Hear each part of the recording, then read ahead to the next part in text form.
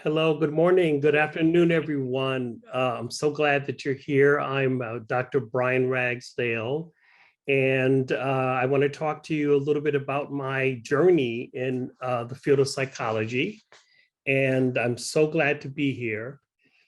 And I look forward to hearing some of your questions. And as I'm presenting, I will ask that you take some moments of reflection, and please have a pen handy because this is sort of an interactive conversation that I'm having with you. So, and then I'll talk about my background a little bit in a couple of minutes, but I first wanted to talk about the title. The title, Each One to Teach One. I learned about this concept when I was 19 years old, many decades ago. And I was working at the YMCA in Bridgeport, Connecticut, and I was an art teacher. I learned how to teach art to about 120 students. And one of the terms that was taught to me is each one teach one. And each one teach one grew out of the enslavement of African and African Americans in our country. And as some of my undergraduate students didn't know, and I'm not sure if everyone in the audience knew this, if you were enslaved in the United States, it was illegal and you could be killed for learning how to read and to write. Reading and writing was seen as a terrible aspect of a condition of your enslavement. And so what happened is that then those who were enslaved, when they learned how to read or write, they taught one. So each one taught one. And so I carried this idea all the way from when I was a child to now. And I grew up with an early awareness of this in my family about the power of education. The power of education and learning. And I'll get to my psychology background in a minute. But right now, what I was hoping that we could do in this one moment is I want you to take a moment. You can either write this down or just think about it. And I want you to think about all the people in your community that you've learned from. So take a moment to think about that. All the people across your lifespan that you've actually learned from. It could be teachers, it could be folks in the church, it could be family members. So think about that.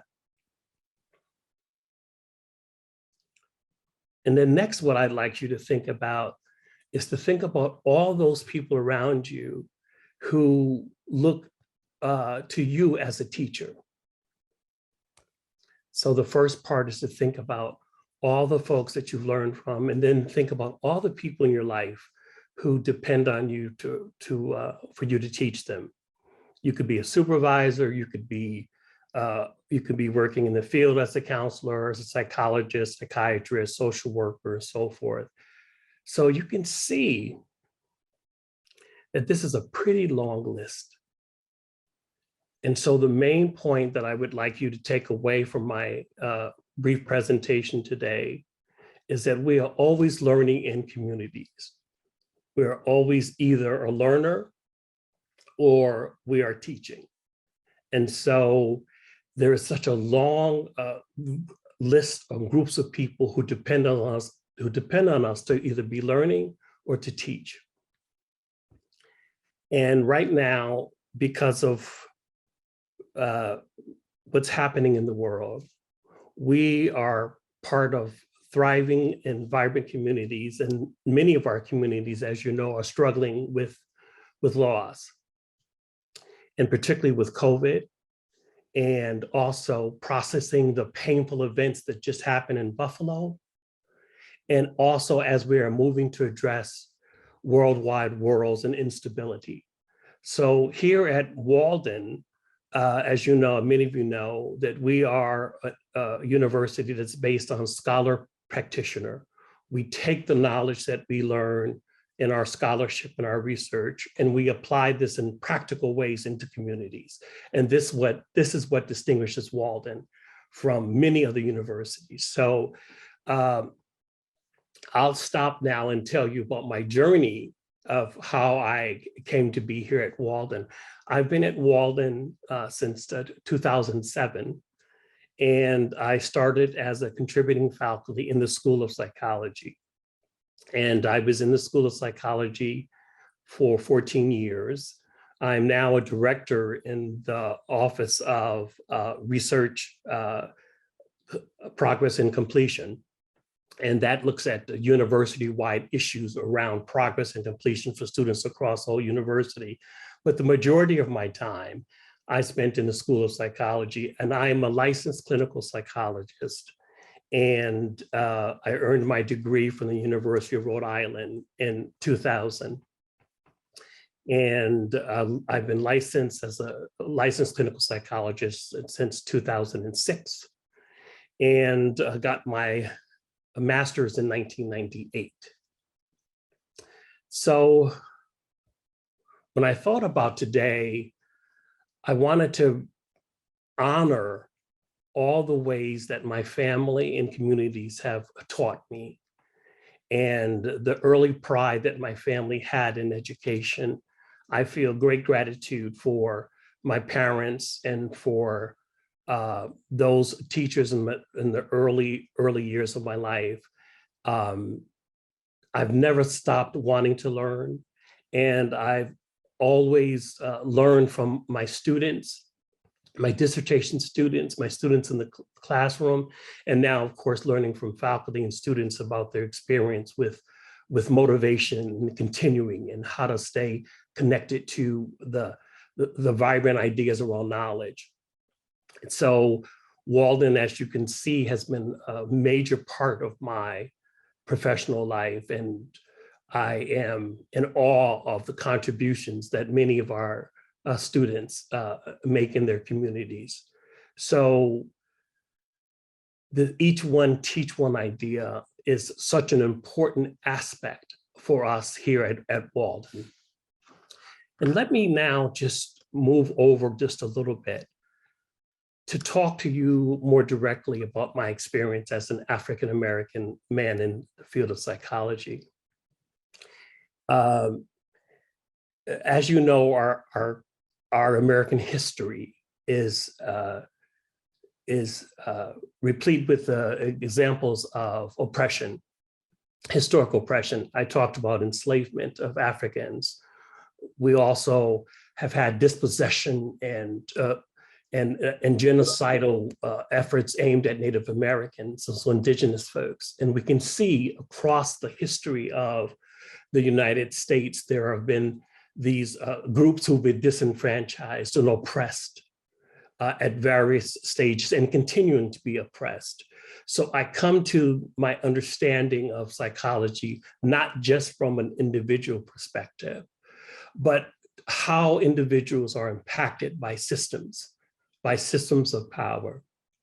And sometimes what I've learned is that a person who is within a system that doesn't necessarily have the ability to make all the different choices that other people who have privileged positions do.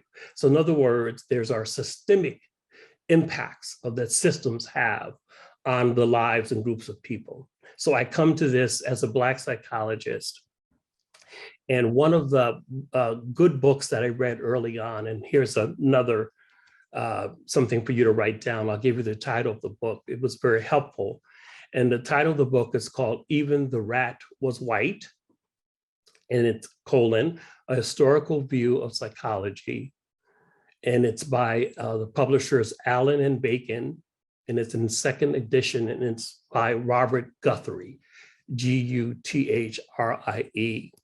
And in this book, it talks about the early eugenics movement, the ways in which psychologists and others began to advance a whole field of knowledge around racial differences, perceived differences, for example, in genotype and phenotype.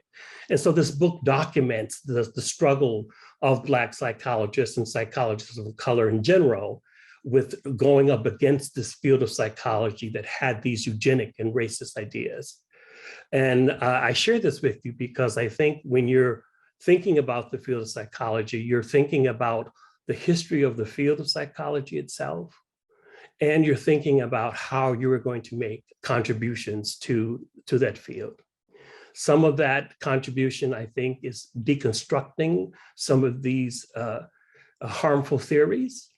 And on the other hand, also advancing knowledge around the needs of multicultural populations, the needs of a changing demographic society that have different beliefs about knowledge and what is known or not known.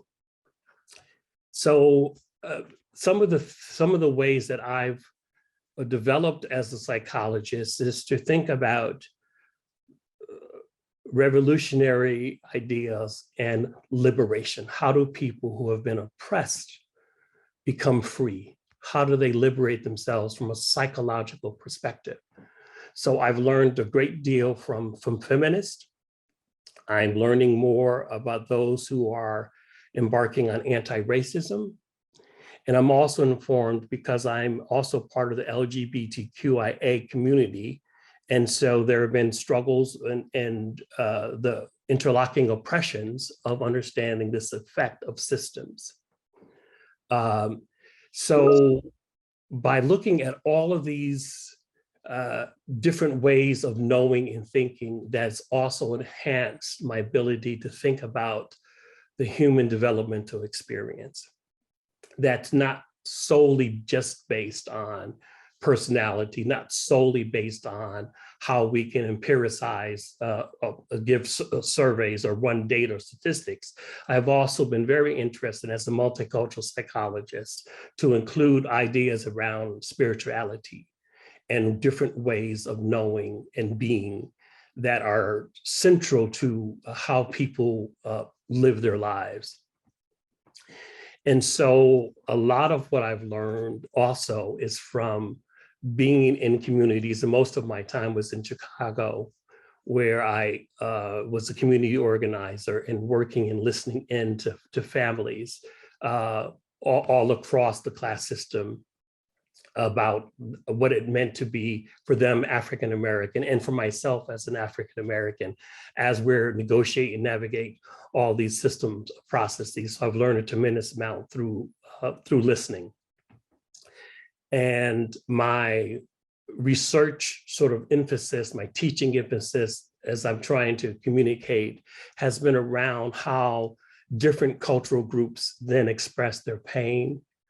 And I'm interested in forms of stress and trauma that people experience in the process of navigating, negotiating their lives.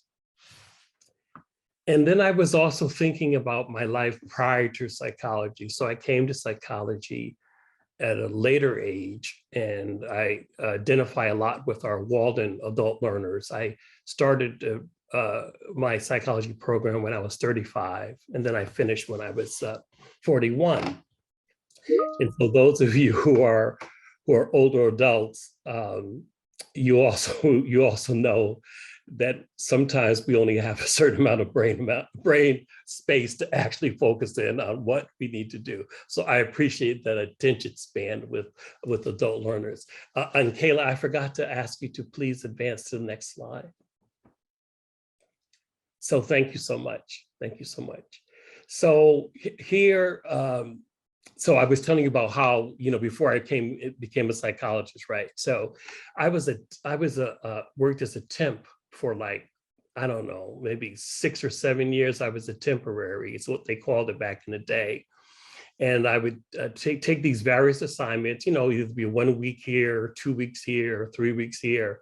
And I was I think I worked for 10 to 20 different industries. One time I ended up as a receptionist at a corporation in Connecticut. It was the Financial Accounting Standard Board. So then I learned just by answering the phone all these different questions that accountants were asking. And anyway, I just had this very varied experiences of working for like 2 weeks and then taking, 2 weeks off, and then working for 3 weeks and taking a week off. And during that time, I was also a graphic artist. So this being a temp was fantastic for me.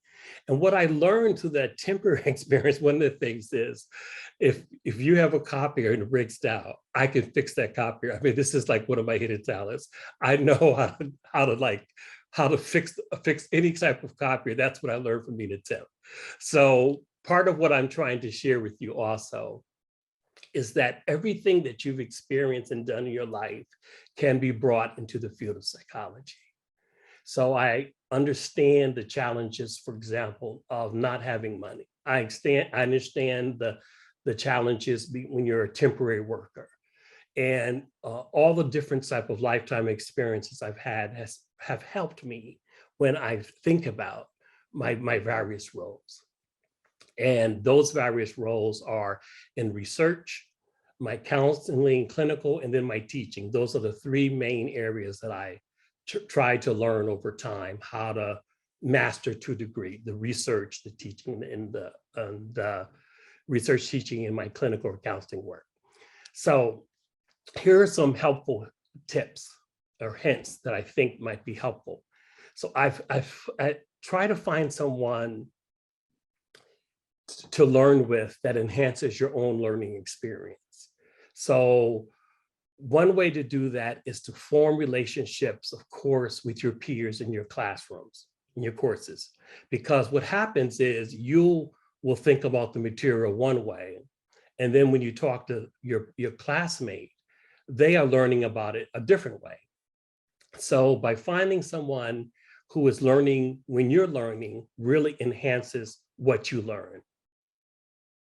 And then, of course, then you try to teach someone else what you've learned.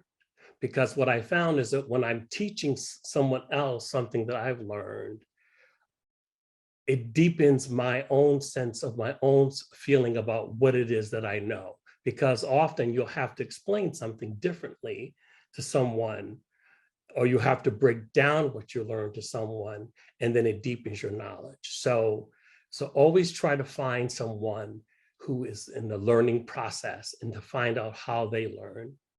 And then also, if you can, try to teach someone else what you learn. Now, in my case, I'm sort of what they call like a nerd or something. So a nerd, and I'm a geek nerd, so I love statistics. But of course, no one wants to talk to me about statistics. But if I find someone who wants to talk about statistics, I love talking about it. So, and as the next point is that we're constantly learning from and teaching others. And I think I've made a very strong point around that we're sort of always in a dynamic of learning and teaching. And in psychotherapy, for example, I had supervisors who I learned from. And when I counted how many supervisors I had about 22. And each one came to psychotherapy. Some came from psychodynamics, some came from cognitive behavioral, some came from interpersonal, some came from an eclectic. So I had a chance to learn. And in teaching, I get to learn from my colleagues who are teachers and senior colleagues who've been teaching for years. Someone loves statistics. Thank you. That's great. And then learning and teaching, this dynamic process, is that there is power in knowledge. And so one of the things that we often think about is like wanting to be at the table. Well, I think it's important to understand who created that table and who created that building and so forth and so on. So knowledge itself is a way to understand how to help communities, and it's a powerful position to have knowledge.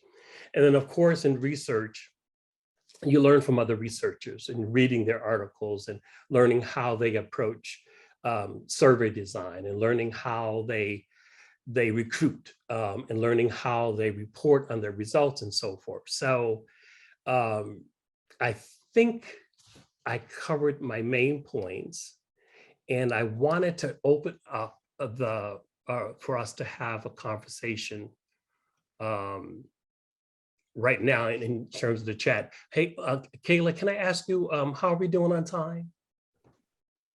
We have about 10 minutes, a little Oh, under okay. 10 minutes. Okay, great. So I'm really looking forward to your questions, your comments, your ideas.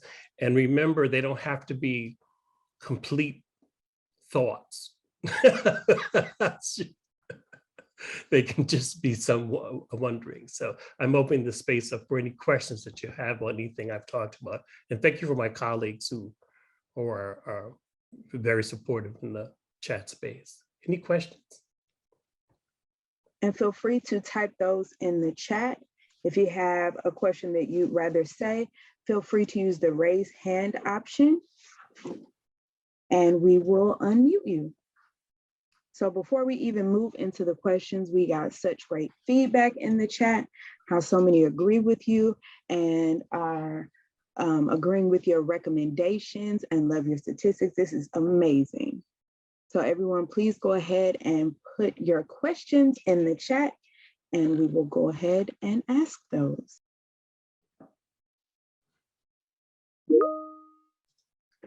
Our first question is, what do you think sets Walden's academics and its community apart from other schools when it comes to psych? Well, thank you. That's a great question. I think the depth of experience of our faculty and our students, because they come from, like, as you can see, for example, and even in this, people sharing where they're from, Wisconsin, Utah, Casablanca, Morocco, Raleigh, North Carolina. We have such a diversity of adult learners who come together, and I'm including faculty and staff and students in this sort of learning community. And all of us at Walden, from my perspective, are engaged in our communities in some way, or some shape, form, or fashion, where they're taking whatever they're learning in their classrooms and they're actually applying it in either their current work life or thinking about, okay, I'm going to remember this when I start my social service agency, or I'm going to remember this when I'm on my internship. So I think that that's one of the things that distinguishes Walden. The ability for adult learners to come in and to bring their experience, and the faculty are working with students with their experience. Thank you. That's a great question. Awesome. And we got a thank you from the person who asked the question. So awesome. Again, feel free to put in your questions in the chat and we would be happy to relay those.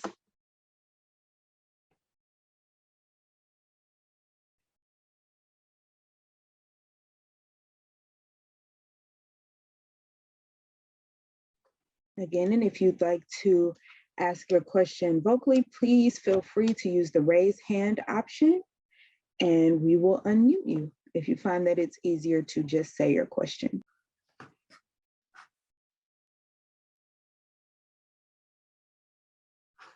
Well, let me continue a little bit as we wait for the next question to come up.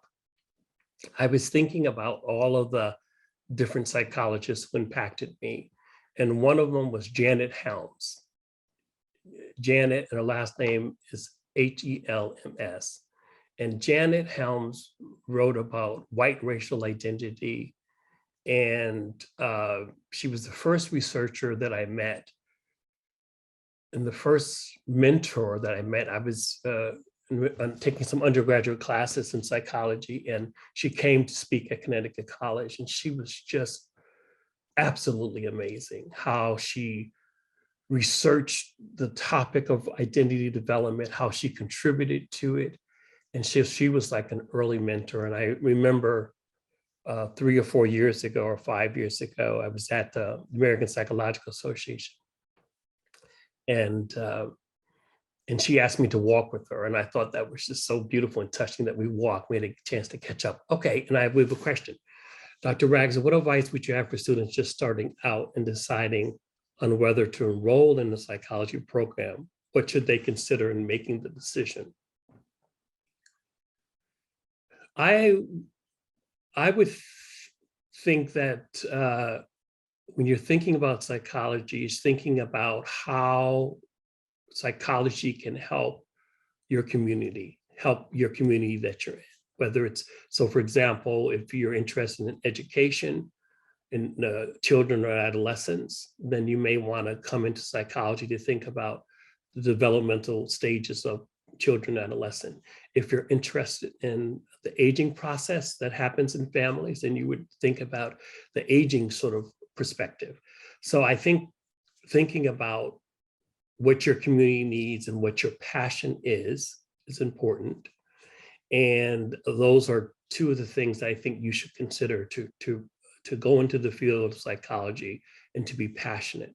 So what Janet Helms did for me is ignited this quest that I've been on for identity development over all these years, because I saw the passion that she had and I thought, I'm passionate about that. And so that's what sort of drew me into the field. So that's a great question. And the other part I think about making the decisions is the types of support that you have in your family and your communities around your education. So I was fortunate and grateful along the way that I met many people who were supportive of my educational journey. Yeah. Thank you. Thank you for the question. Any other questions?